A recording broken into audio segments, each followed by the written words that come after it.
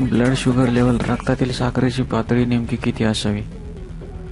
रक्तातील साखरेची पातळी वाढणे किंवा कमी होणे दोन्ही आरोग्यासाठी समस्या आहेत.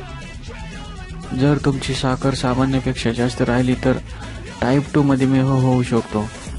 साखरेच्या कमतरतेमुळे अशक्तपणा, चक्कर आणि अगदी कोमात जाण्यापर्यंतच्या समस्या उद्भवू शकतात. जेवणापूर्वी रक्तातील साखरेची पातळी 70 ते 100 mg/dl आणि जेवणानंतर 125 mg/dl पेक्षा जास्त असणे हानिकारक आहे. आरोग्य तज्ज्ञांचे म्हणणे आहे की 140 mg/dl पेक्षा जास्त साखरेची पातळी अनेक समस्यांना कारणीभूत ठरू शकते.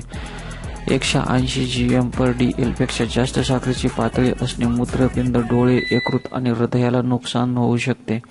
जर साखरेची पातळी 90-80 gm/dl च्या खाली राहील तर बेशुद्ध होण्याचा धोका कमी असतो.